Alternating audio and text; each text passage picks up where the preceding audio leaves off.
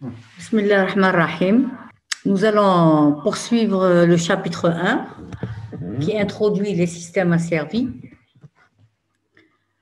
On passe à la deuxième partie de notre chapitre, à savoir l'établissement des différentes formes de modèles mathématiques des systèmes dynamiques.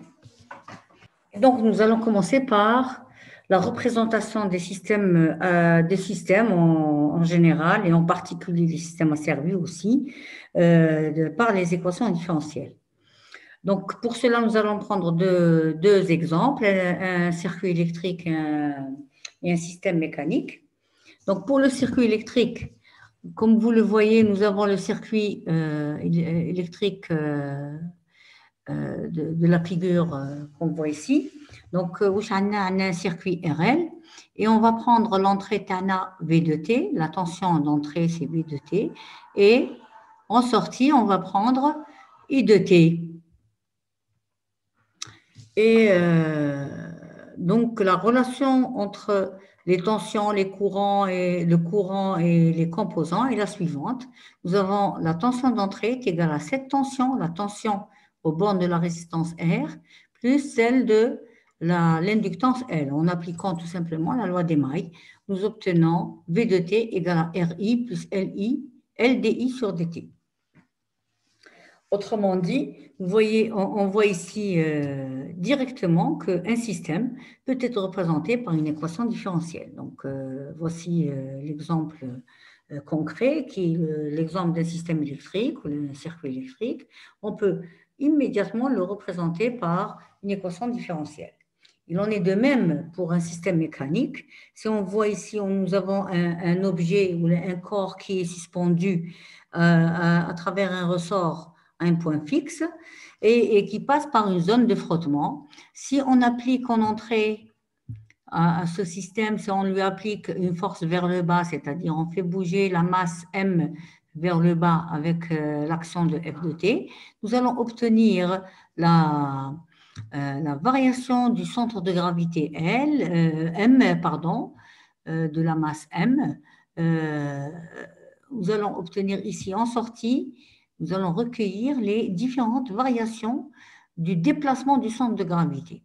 D'accord? Et la relation, en utilisant la loi fondamentale de la dynamique, de la loi de Newton, nous allons obtenir cette équation.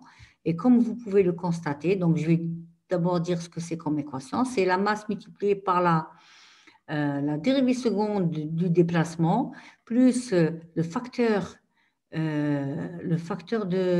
d'amortissement multiplié par la dérivée du déplacement, L de t, et aussi par la constante de raideur, K, multipliée par du ressort, bien sûr, multiplié par le déplacement lui-même. Et tout ceci, d'après la loi de la dynamique, est égal à F de t.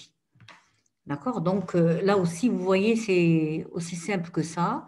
On donne en entrée, on donne une certaine excitation en entrée et on obtient un certain déplacement. Et ces deux informations ou ces deux grandeurs sont modélisées dans cette équation différentielle. Et donc, vous voyez que ici aussi, une équation différentielle peut comment dirais-je, peut caractériser un système. D'accord? Donc, autrement dit, les systèmes linéaires sont caractérisés par des équations différentielles. Plus exactement, les systèmes linéaires sont caractérisés par des équations différentielles à coefficients constants, qui maintenant on est en train de voir. M, c'est une constante, c'est la masse, B, c'est le facteur d'amortissement, et K, c'est la constante de raideur du ressort.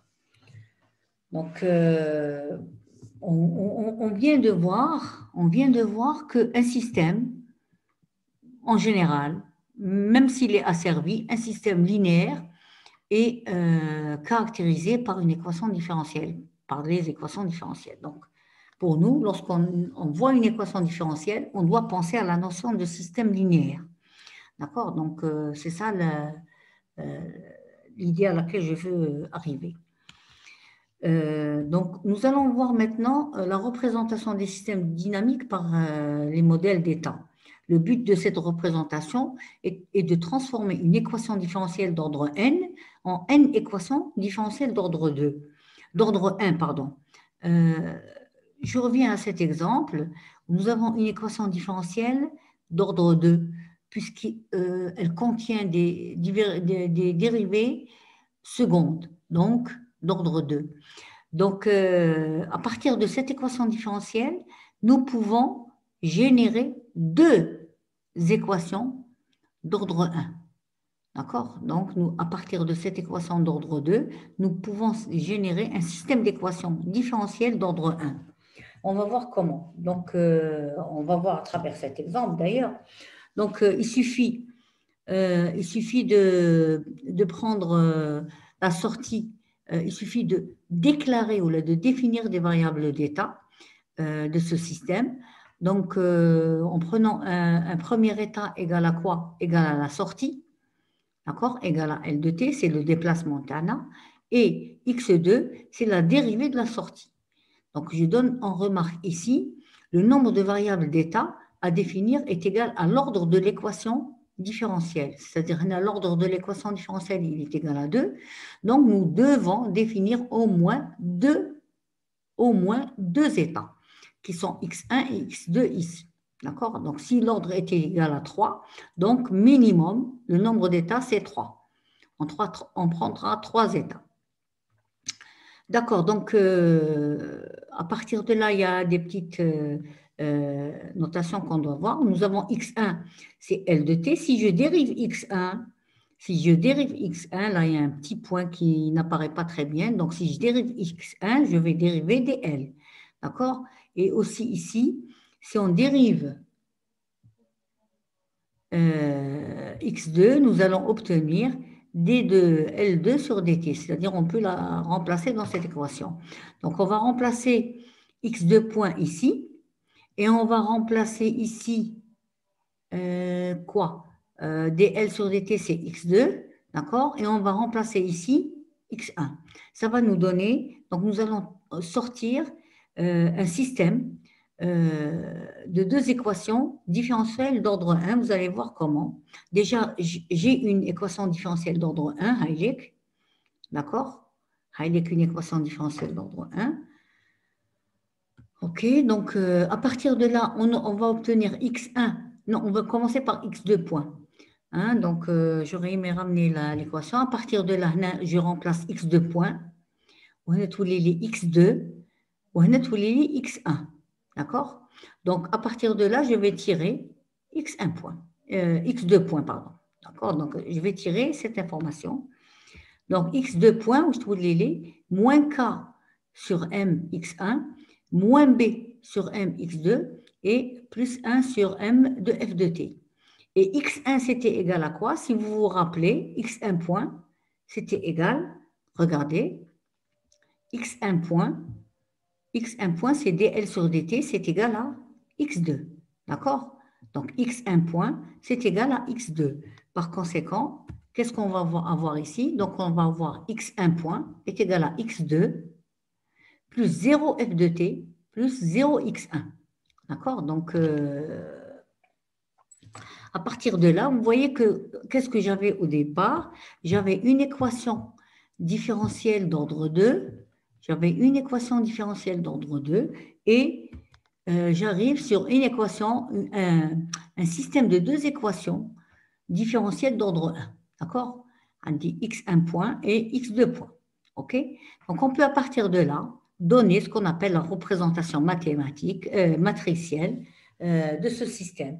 Donc, on a le vecteur d'état, c'est x1 point, x1, x2. Le vecteur d'état Tana, il sera exprimé dans une équation, dans un système d'équations différentielles de façon matricielle de la façon suivante. On a x1 point de t, x2 point de t est égal à quoi? Est égal à 0 fois x1 plus 1 fois x2, avec le 1 fois x2, plus 0 f de t. Ou la deuxième, c'est-à-dire x2 point, c'est quoi? C'est moins k sur m fois x1, bien sûr, ou moins b sur m fois x2 plus f de t. D'accord? C'est ce qu'on appelle les équations d'état. D'accord? C'est ce qu'on appelle les équations d'état. OK? Donc, et nous avons aussi la sortie, L de t, que nous avons appelée Y. On peut l'appeler Y comme on peut la garder égale à L de t. Mais allez, moi, je l'ai gardée ici, L de t. Donc, elle est égale à quoi? L de t est égale à quoi? On va voir à quoi c'est égal L de t. Regardez. L de t, mais on a appelé c'est égal à x1. D'accord? Donc, c'est égal à x1 plus 0 x2. OK? Plus 0 f de t. Parce qu'on va vers la forme matricielle. D'accord? OK? Donc, c'est égal. On voit ici, c'est x1, c'est 1 fois x1 plus 0 fois x2. OK? Plus 0 fois f de t. C'est-à-dire L de t est égal à x1, tout simplement. Donc, ici, c'est la représentation mathématique de la sortie et des équations d'état. Et tout ceci, c'est ce qu'on appelle le modèle d'état, la représentation par modèle d'état d'un système dynamique. D'accord? Si on voit un peu pourquoi j'insiste ici, parce que pour les gens qui font système embarqué, ils vont avoir affaire à ce modèle d'état durant tout le semestre. Donc, ils devraient connaître cette représentation. D'accord? Donc, d'une façon générale, on a le modèle d'état, il s'exprime par quoi? Par un vecteur d'état qui est égal à une matrice carrée multipliée par le vecteur d'état lui-même, plus B fois f de t. D'accord? Et y de t, la sortie, ça va être une matrice, pas une matrice, c'est un vecteur transversal, c'est ça, transversal ou horizontal, un vecteur ligne multiplié par le vecteur colonne qui est le vecteur d'état, plus d fois f de t. D'accord? Donc, c'est une forme, elle correspond, c'est le modèle d'état sous sa forme générale. Bien sûr, on peut représenter ce modèle d'une façon avec ce qu'on appelle un graphe, un schéma bloc ou un graphe fonctionnel, si vous voulez. Donc, qu'est-ce qu'on a ici? Nous avons ici, donc c'est pour se repérer, un x' hawlik, l'état x' ou le vecteur x' hawlik, ou l'état x hawlik. C'est vrai, quand on intègre x, x', c'est beau x, d'accord? Donc, à quoi est égal x'? X' est égal à a fois x, donc il y a un retour d'état ici. OK, c'est un retour d'état, c'est a fois x plus, on va lui ajouter, c'est a fois x plus b fois f, d'accord? Et la sortie sera égale à quoi? Elle sera égale à c fois x, donc c fois x, fois, ou le plus, d fois f. D'accord? Rappelez-vous que le d, ça venait à 0, dans le cas de l'exemple précédent. Donc, ceci est une représentation par,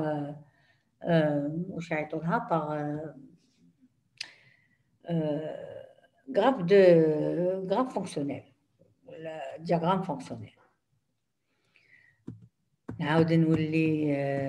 Si vous le permettez, à ce schéma. Donc, nous venons de voir les équations d'état et les équations différentielles. Donc, les équations d'état et les équations différentielles. On peut également voir un système de façon générale, hein, je répète, de façon générale et de façon particulière, les systèmes asservis. De cette façon-là, c'est-à-dire par le biais de sa fonction de transfert, ou là par le biais de son schéma fonctionnel ou graphe de fluence. On verra ce que ça veut dire graphe de fluence un peu plus tard. D'accord? Donc, on parlera de schéma fonctionnel ou le schéma bloc ou le diagramme fonctionnel. Tout ça, ça veut dire la même chose. C'est ce qu'on vient de voir à l'instant. D'accord? Ça, c'est une forme de diagramme fonctionnel, d'accord? D'un système asservi, ou d'un système tout simplement. OK, on avance encore un peu. Donc, on va voir maintenant une représentation des systèmes par les fonctions de transfert. Et je suis en train d'introduire des termes nouveaux. Donc, c'est la terminologie qu'il faut connaître plus avant tout. D'accord? Donc, c'est une fois qu'on connaît la terminologie, on peut savoir, en nous posant des questions ou quelque chose comme ça, on sait quoi chercher et comment chercher. D'accord? Et comment répondre par conséquent. Si je prends ce circuit électrique, je vais donner, c'est ça, sa fonction, ou là, c'est son expression euh, mathématique, ou sa caractéristique mathématique euh, de ce dernier, d'accord? Au champ pour l'autre. Donc, si j'applique la transformée de Laplace à cette équation mathématique, ou là, à cette équation différentielle, donc nous aurons V de t aura pour transformer de Laplace V de S, RI de t, ça va être RI de S. J'ai juste une petite erreur ici. C'est pas I, mais c'est L, hein, d'accord? Et L dI sur dt, c'est L SI de S moins L I0, d'accord? Donc, je vais la corriger tout à l'heure, mais c'est L I0. OK. Donc, par conséquent, on a la sortie TI, si vous vous rappelez, hein, la sortie TI, c'est I de T. Donc, je vais la chercher dans le domaine de Laplace. Ça va correspondre à I de S. I de S, c'est cette expression-là, multipliée par VS, moins, d'ailleurs là, elle est corrigée, le L, il est corrigé, cette expression multipliée par I0. D'accord? Donc, qu'appelle-t-on une fonction de transfert? Une fonction de transfert, c'est la sortie sur l'entrée en considérant les conditions initiales égales à 0, c'est-à-dire en prenant I0 égale à 0. Même si elles existent, les conditions initiales, dans le calcul de la fonction transfert, on doit les annuler. D'accord? Donc, je répète, même si les conditions initiales existent dans le calcul de la fonction transfert, on doit les annuler. OK? Donc, on verra ça dans les exercices. Et donc, I de S, c'est la sortie. La sortie, elle doit dépendre des conditions initiales, la Alina. Mais cette expression-là qu'on a appelée G de S, c'est la fonction de transfert. D'accord? OK. Donc, voici la représentation de la fonction transfert, l'expression de la fonction transfert, pardon, en fonction de qui peut exprimer un système linéaire. OK. Pour le système mécanique, c'est la même chose. Hein, d'accord? Donc, on passe dans le domaine de Laplace. Hein, du domaine temporel, on passe dans le domaine de Laplace en utilisant les propriétés de la dérivation et on obtient cette expression-là. L'entrée pour nous, c'était f de t, donc c'est f de s, heilig, et la sortie, c'est L de t, donc sa transformée de Fourier, de Laplace, pardon, c'est L de s. Et donc, ma fonction de transfert, où est-ce qu'elle se trouve? C'est les conditions initiales. L0 et nu0, donc on doit les supprimer. Donc, on mettra L0 égale à 0, nu0 égale à 0, donc finalement, on peut ramener le f de s ici et on a notre fonction de transfert. Ma fonction de transfert, elle est là. OK? Maintenant, la représentation par schéma fonctionnel. On a déjà commencé à faire ça en faisant le modèle d'état. On peut le faire pour le schéma électrique. Donc, comme vous pouvez le remarquer, je vais juste vous dire que I de S est égal à quoi? Ce point-là, c'est quoi? C'est K fois V de S. D'accord? Et ce point-là, c'est tau fois I0. Donc, I de S est égal à K fois V de S plus tau fois I0. D'accord? Donc, nous allons les voir en détail lorsqu'on va arriver au cours des graphes, des schémas fonctionnels et des graphes de fluence. OK, donc c'est la même chose pour le schéma mécanique, pour le système mécanique. On a le système mécanique, il va être exprimé. Si vous voyez, on a calculé l'expression de L de S, ça va être égal à F de S fois 1 sur M, plus I0 facteur multiplié par ce terme-là, S plus B sur M, et plus nu0 plus nu0. Le tout est multiplié par ce dénominateur. D'accord? Donc, ça va donner l'expression de L de S. Donc, voilà, nous venons de voir rapidement, je rappelle, tous ces termes-là ont été vus d'une façon très introductif. C'est l'objet de notre cours. On va les voir en long et en large un peu plus tard. Mais je tenais à les introduire de cette façon, c'est-à-dire un système asservi ou non. On peut l'exprimer en fonction des équations différentielles, d'une fonction transfert, d'un modèle d'état ou d'un schéma fonctionnel ou graphe de fluence. Et bien sûr, on peut passer d'une représentation à une autre. C'est-à-dire, avec fonction transfert, on peut aller vers les équations différentielles, ou là, le contraire, ou là, vers l'équation d'état, le modèle d'état. Il est RLI, il est RLI. D'accord? Donc, on peut aller d'une représentation à une autre sans aucune difficulté. Il y a des petites transformations à faire, des petits calculs, et on peut se retrouver dans l'une ou l'autre des représentations. D'accord, d'accord. D'abord, fait la fonction transfert, on peut aller vers les équations différentielles, vers les équations d'état, vers les schémas fonctionnels sans aucun problème. Et vice-versa pour tout. Là où on se trouve, on peut aller là où on veut, vers n'importe quelle autre représentation. Donc, ce sera l'objectif de notre travail. Et avant de terminer, je voudrais vous dire pourquoi on donne toutes ces représentations. Alors, un système, d'abord, on va poser cette question. Qu'est-ce qu'on veut d'un système? Qu'est-ce qu'on veut d'un système? Quand on fabrique quelque chose ou on conçoit quelque chose, qu'est-ce qu'on veut de ce système? Donc, on veut trois choses essentiellement. On veut qu'il soit stable. C'est une condition qui est très, très, très importante. S'il n'est pas stable, ce n'est plus un système. D'accord? Donc, c'est-à-dire, je vais donner un exemple très simple. Si vous avez deux bicyclettes, une de très, très, très bonne qualité, une autre de très, très, très mauvaise qualité, je ne donnerai pas de marque, mais bon, la bicyclette de très, très bonne qualité, quand on monte dessus, on va bien pédaler, on va bien. Donc, c'est un système qui est assez stable, d'accord? On ne va pas tomber. Mais si vous prenez une bicyclette de très, très mauvaise qualité, par exemple, les jantes, même un excellent coureur, en montant dessus, va se casser la gueule, c'est-à-dire va tomber. Le système n'est pas stable. Donc, on a que faire d'un système non stable. D'accord? Un système non stable, ce n'est pas un système. En principe, ce n'est pas un système. Mais on peut le stabiliser. D'accord? Donc, l'idée, c'est de pouvoir le stabiliser. D'accord? Donc, c'est une chose qu'on peut faire. D'accord? Allez me le dire. Donc, qu'est-ce qu'on veut d'un système? On veut qu'il soit stable. D'accord? Donc, ce n'est pas un système s'il ne l'est pas. Mais si le système TI il est stable, qu'est-ce qu'on veut de cela?